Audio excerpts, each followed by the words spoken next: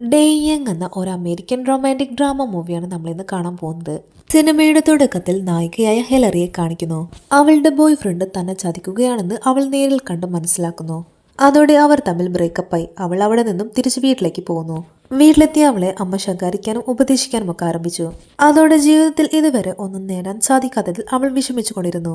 Already അവൾ ഒരു ബ്രേക്കപ്പിന്റെ വിഷമത്തിലായിരുന്നു. അമ്മയുടെ സംസാരം കൂടി ആയപ്പോൾ അവൾക്ക് ഒരുപാട് വിഷമമായി.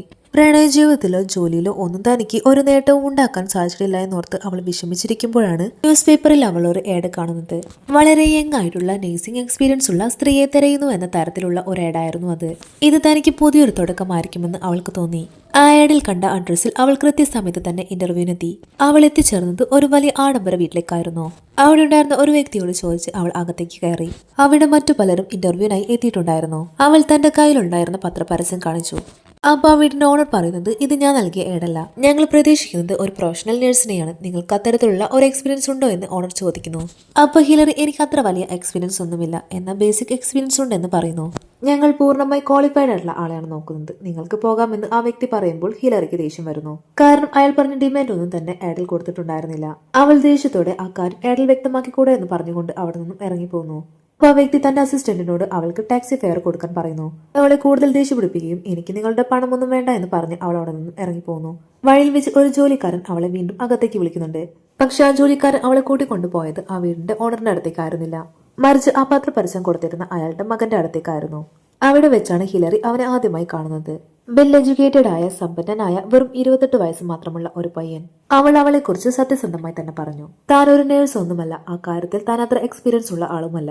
ആശുപത്രിയിൽ വളണ്ടിയർ ആയിട്ട് ഡ്യൂട്ടി ചെയ്തിട്ടുണ്ട്, അല്ലാതെ തനിക്ക് അത്ര എക്സ്പീരിയൻസ് ഒന്നും ഇല്ല എന്ന് അവൾ തുറന്നു പറയുന്നു. അപ്പോൾ വിക്ടർ തന്നെ പറ്റി പറഞ്ഞു. താൻ ഒരു ലുക്കീമിയ പേഷ്യന്റ് ആണെന്നും അധികം വൈകാതെ കീമോതെറാപ്പി സ്റ്റാർട്ട് ചെയ്യും. ആ സമയം തന്റെ കൂടെ നിന്ന് പരിചരിച്ചു നിൽക്കാൻ പറ്റുന്ന ഒരു വ്യക്തിയാണ് താൻ അന്വേഷിക്കുന്നത്. അപ്പൊ ഹിലറി, നിങ്ങളുടെ അച്ഛൻ പറഞ്ഞത് ഒരു ക്വാളിഫൈഡ് ആയിട്ടുള്ള ഒരു നേഴ്സിനെയാണ് നിങ്ങൾ നോക്കുന്നത് എന്നാണല്ലോ.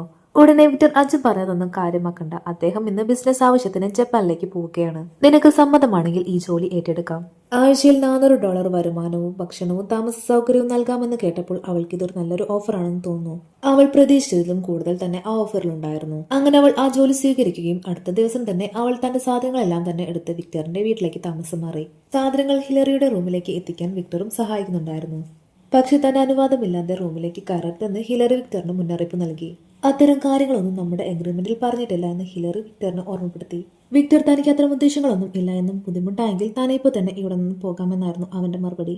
പോകുന്ന വഴിക്ക് വിക്ടർ കാറിൽ നിന്നും പറഞ്ഞു, കീമോയ്ക്ക് ശേഷം തന്റെ ശരീരത്തിൽ കുത്തിവെക്കുന്ന മരുന്നിന്റെ സൈഡ് എഫക്ട് അതിഭീകരമായിരിക്കും. ഹിലറി ആകാംക്ഷയോടെ സൈഡ് എഫക്ട് എന്ന് പറയുമ്പോൾ അതെങ്ങനെയായിരിക്കുമെന്ന് ചോദിക്കുന്നു.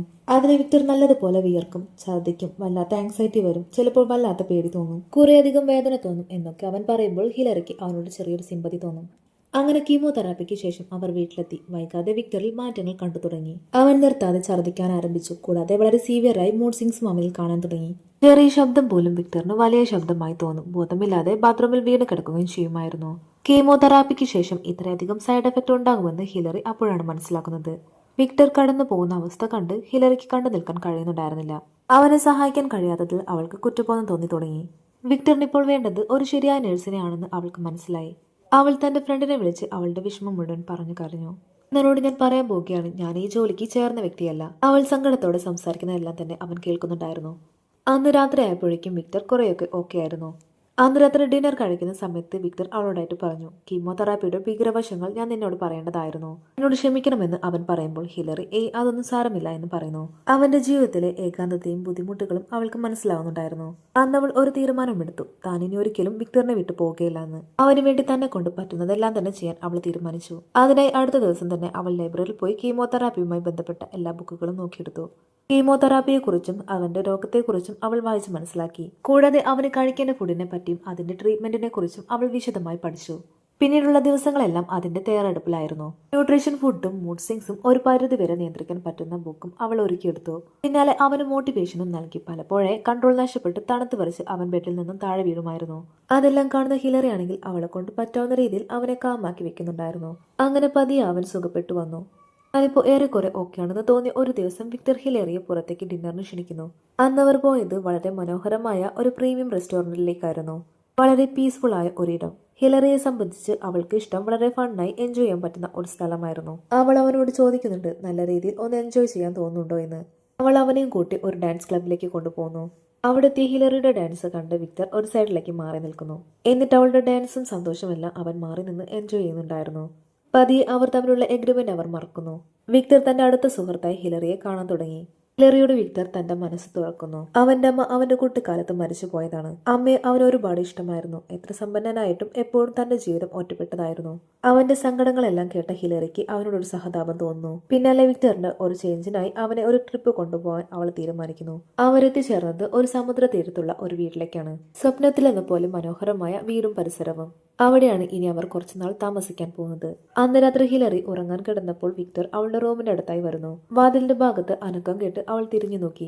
വിക്ടറിനെ കണ്ടിട്ട് എന്തു പറ്റി, ഉറക്കം വന്നില്ല എന്ന് അവൾ ചോദിച്ചു. ഇല്ല, ഞാൻ ഇന്ന് നിന്റെ കൂടെ എവിടെ കിടന്നോട്ടെ എന്ന് അവൻ ചോദിക്കുന്നു. അവൾ അതിന് സമ്മതവും പറഞ്ഞു. പിന്നാലെ വിക്ടർ ആ ബെഡിന്റെ ഒരു വശത്ത് വന്ന് കിടന്നു. അങ്ങനെ രണ്ടുപേരും ഒരുമിച്ച് അന്ന് ആ ബെഡിൽ കിടന്നുറങ്ങി. പിറ്റേ ദിവസം വളർന്നു വരുന്ന വിക്ടറിന്റെ മുടി ഹിലറിക്ക് കാണിച്ചു കൊടുക്കുന്നു. താനിപ്പോ ഓക്കെ വരുന്നു എന്ന സന്തോഷം അവന്റെ മുഖത്തുണ്ടായിരുന്നു. പിന്നീട് വിക്ടർ അവളിൽ നിന്നും താൻ ഒരുപാട് കാര്യങ്ങൾ പഠിക്കാൻ പറ്റിയെന്നും അതിനെല്ലാം തന്നെ പകരമായി നിനക്ക് എന്തെങ്കിലും തരണമെന്ന് എനിക്കുണ്ട്.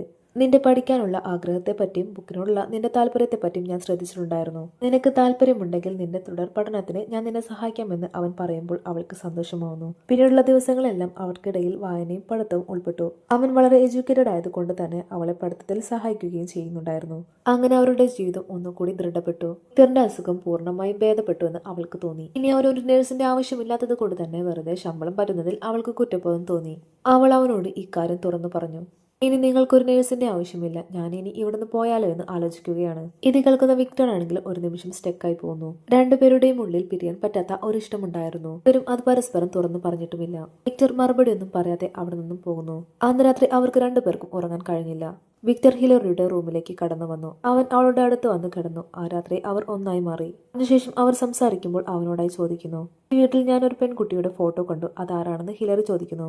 അപ്പൊ വിക്ടർ, കോളേജിൽ വെച്ച് എനിക്കൊരു പ്രണയമുണ്ടായിരുന്നു. എനിക്ക് ക്യാൻസർ ആണെന്ന് അറിഞ്ഞപ്പോൾ ആ പെൺകുട്ടി എന്നെ വിട്ടിട്ട് പോയി. അത് ആ പെൺകുട്ടിയുടെ ഫോട്ടോയാണ്.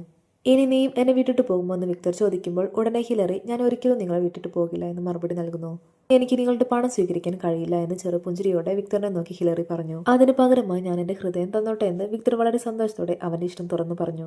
അങ്ങനെ വീണ്ടും സന്തോഷം അവരിലേക്ക് തിരിച്ചെത്തി. ഒരുപാട് നാളത്തെ വേദനയും ദുഃഖവും നിറഞ്ഞ അവന്റെ ജീവിതത്തിലേക്ക് ഒരു പങ്കാളി കടന്നു വന്നിരിക്കുകയാണ്.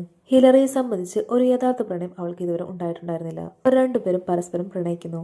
അങ്ങനെ വിക്ടറിന്റെ ജീവിതവും സന്തോഷവും സമാധാനത്തിലൂടെ കടന്നുപോയിക്കൊണ്ടിരിക്കുകയായിരുന്നു. ഒരു ദിവസം വിക്ടറിന് എന്തൊരു അസ്വസ്ഥത തോന്നി. അവൻ ഉറങ്ങാൻ കഴിയാതെ അവൻ എഴുന്നേറ്റ് പുറത്തേക്ക് പോന്നു. അവന്റെ ശരീരം വല്ലാതെ വിയർക്കുന്നുണ്ടായിരുന്നു.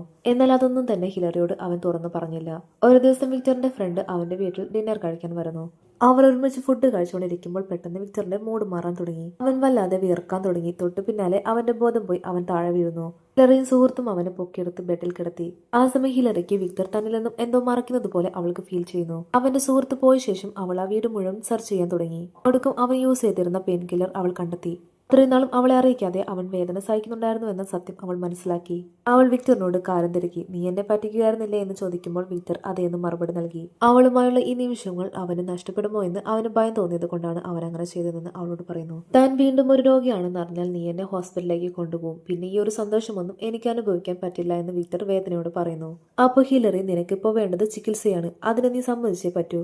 വിക്ടർ, എനിക്കിനി കീമോ വേണ്ട. ആ അവസ്ഥയിലൂടെ എനിക്കിനി കടന്നു പോകണ്ട എന്ന് അവൻ സങ്കടത്തോടെ പറയുന്നു. ഒരു പ്രൊഫഷണൽ നഴ്സിനെ തിരഞ്ഞെടുക്കുന്നത് പോലും അതുകൊണ്ട് തന്നെയായിരുന്നു. നീ എനിക്ക് തന്നത് നിന്റെ ജീവിതമാണ്, ഒരു ട്രീറ്റ്മെന്റ് ആയിരുന്നില്ല. നിന്റെ ബാക്കിയുള്ള ജീവിതം എനിക്ക് നിന്റെ കൂടെ ജീവിച്ചു തീർത്താൽ മതിയെന്ന് അവൻ പറഞ്ഞു. പ്രണയിക്കുന്നുണ്ടെങ്കിൽ ഇതുപോലെ തന്നെ മുന്നോട്ട് പോകാൻ നീ സമ്മതിക്കണം. സങ്കടത്തിലും ദേഷ്യത്തിലും അവൾ പറഞ്ഞു, എനിക്ക് നിന്നെ ജീവിതകാലം മുഴുവനും കൂടെ വേണം. അതുകൊണ്ട് ഈ ട്രീറ്റ്മെന്റിന് നീ സമ്മതിച്ചേ പറ്റൂ. ഹിലറി അവന്റെ അച്ഛനെ വിളിച്ച് കാര്യം പറഞ്ഞു. നിങ്ങളുടെ മകന്റെ രോഗാവസ്ഥ വളരെ മോശമാണ്. അദ്ദേഹത്തെ എത്രയും പെട്ടെന്ന് ഹോസ്പിറ്റലിൽ കൊണ്ടുപോയി ട്രീറ്റ്മെന്റ് സ്റ്റാർട്ട് ചെയ്യേണ്ടതുണ്ട്. അതുകൊണ്ട് നിങ്ങൾ എത്രയും പെട്ടെന്ന് വരണമെന്ന് ഹിലറി അച്ഛനെ വിളിച്ച് പറയുന്നു. ഉടനെ വിക്ടറിന്റെ അച്ഛൻ അവിടേക്ക് എത്തുകയും ട്രീറ്റ്മെന്റ് സ്റ്റാർട്ട് ചെയ്യാനുള്ള എല്ലാ ഒരുക്കങ്ങളും ചെയ്യുന്നു. എന്നാൽ വിക്ടർ ആണെങ്കിൽ എനിക്ക് ഒരു ദിവസം കൂടി ഇവിടെ താമസിക്കണമെന്ന് പറയാണ്. അന്ന് രാത്രി ക്രിസ്മസ് സെലിബ്രേഷൻ ആയിരുന്നു. അതുകൊണ്ട് അദ്ദേഹം അതിന് സമ്മതിക്കുന്നു. ഹിലറിയെ കണ്ട് വിക്ടർ സംസാരിച്ചു. നാളെ ഞാൻ അച്ഛനൊപ്പം തിരികെ പോവുകയാണ്. അതിനുശേഷം ആശുപത്രിയിൽ എന്റെ ട്രീറ്റ്മെന്റ് തുടങ്ങും. അത് കേൾക്കുമ്പോൾ ഹിലറിക്ക് സന്തോഷമാവുന്നു. അവൻ വേഗം സുഖപ്പെട്ട് തിരികെ വരാൻ അവൾ പറയുന്നു. അത് കഴിഞ്ഞ് വിക്ടറിന്റെ അച്ഛൻ ഹിലറിയെ കാണാൻ വരുന്നു. ഇന്നത്തെ രാത്രി അവരെ തനിച്ച് ആ വീട്ടിൽ കഴിയണമെന്നാണ് പറഞ്ഞിരിക്കുന്നത്. അതിനുശേഷം ഞങ്ങൾ നാളെ തിരിച്ചു പോകുമെന്ന് ഹിലറിയോട് പറയുന്നു. അവന് തനിച്ച് ആ വീട്ടിൽ നിൽക്കണമെന്ന് പറഞ്ഞതിൽ സംശയം തോന്നി അവൾ വേഗം അവന്റെ അടുത്തേക്ക് പോകുന്നു. അവൾ അവിടെ എത്തി നോക്കുമ്പോൾ വിക്ടർ തന്റെ സാധനങ്ങളെല്ലാം പാക്ക് ചെയ്യുന്നുണ്ടായിരുന്നു. അവന് ട്രീറ്റ്മെന്റ് ഒന്നും തന്നെ താല്പര്യമുണ്ടായിരുന്നില്ല. അതുകൊണ്ട് തന്നെ അച്ഛനൊപ്പം മടങ്ങാതെ അവൻ മറ്റൊരു സ്ഥലത്തേക്ക് കടന്നു കളയാൻ പ്ലാൻ ചെയ്യുകയായിരുന്നു. ആരും ട്രീറ്റ്മെന്റ് കൊണ്ടൊന്നും കാര്യമില്ല. താൻ ഇനി അധികകാലം ജീവിച്ചിരിക്കില്ല എന്ന് അവന് മനസ്സിലായി. ഹിലറി ദേഷ്യത്തോടെ അവനെ തന്നെ നോക്കി നിന്നു. അവളെ കണ്ടതും വിക്ടർ പറഞ്ഞു, നിങ്ങളെ ഒന്നും വിഷമിക്കണമെന്ന് ഞാൻ കരുതിയതല്ല. കഴിഞ്ഞ 10 വർഷം കൊണ്ട് എനിക്ക് ലഭിക്കാത്ത കുറച്ച് നിമിഷങ്ങൾ എനിക്ക് നിന്റെ കൂടെ ഉണ്ടായിരുന്നു. അതുപോലെ ജീവിതത്തിന്റെ ബാക്കി നാളുകളും കൂടി നിന്റെ കൂടെ കഴിയണമെന്നാണ് ഞാൻ ആഗ്രഹിച്ചത്. വിക്ടറിന്റെ കണ്ണുകൾ നിറയുന്നത് ഹിലറി ശ്രദ്ധിക്കുന്നുണ്ടായിരുന്നു.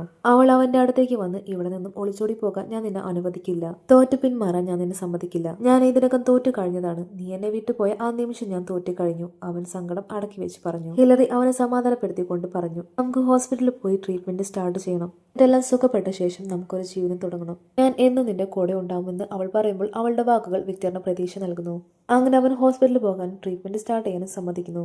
അങ്ങനെ അവർ കെട്ടിപ്പിടിച്ച് കുറെ സമയം അങ്ങനെ തന്നെ നിന്നു. അത് സന്തോഷവും സങ്കടവും നിറഞ്ഞ നിമിഷമായിരുന്നു. അങ്ങനെ അവർ ഒരുപാട് പ്രതീക്ഷയോടെ അവിടെ നിന്നും പോകുന്നത് കാണിച്ചുകൊണ്ടാണ് ഈ ഒരു മൂവി അവസാനിക്കുന്നത്.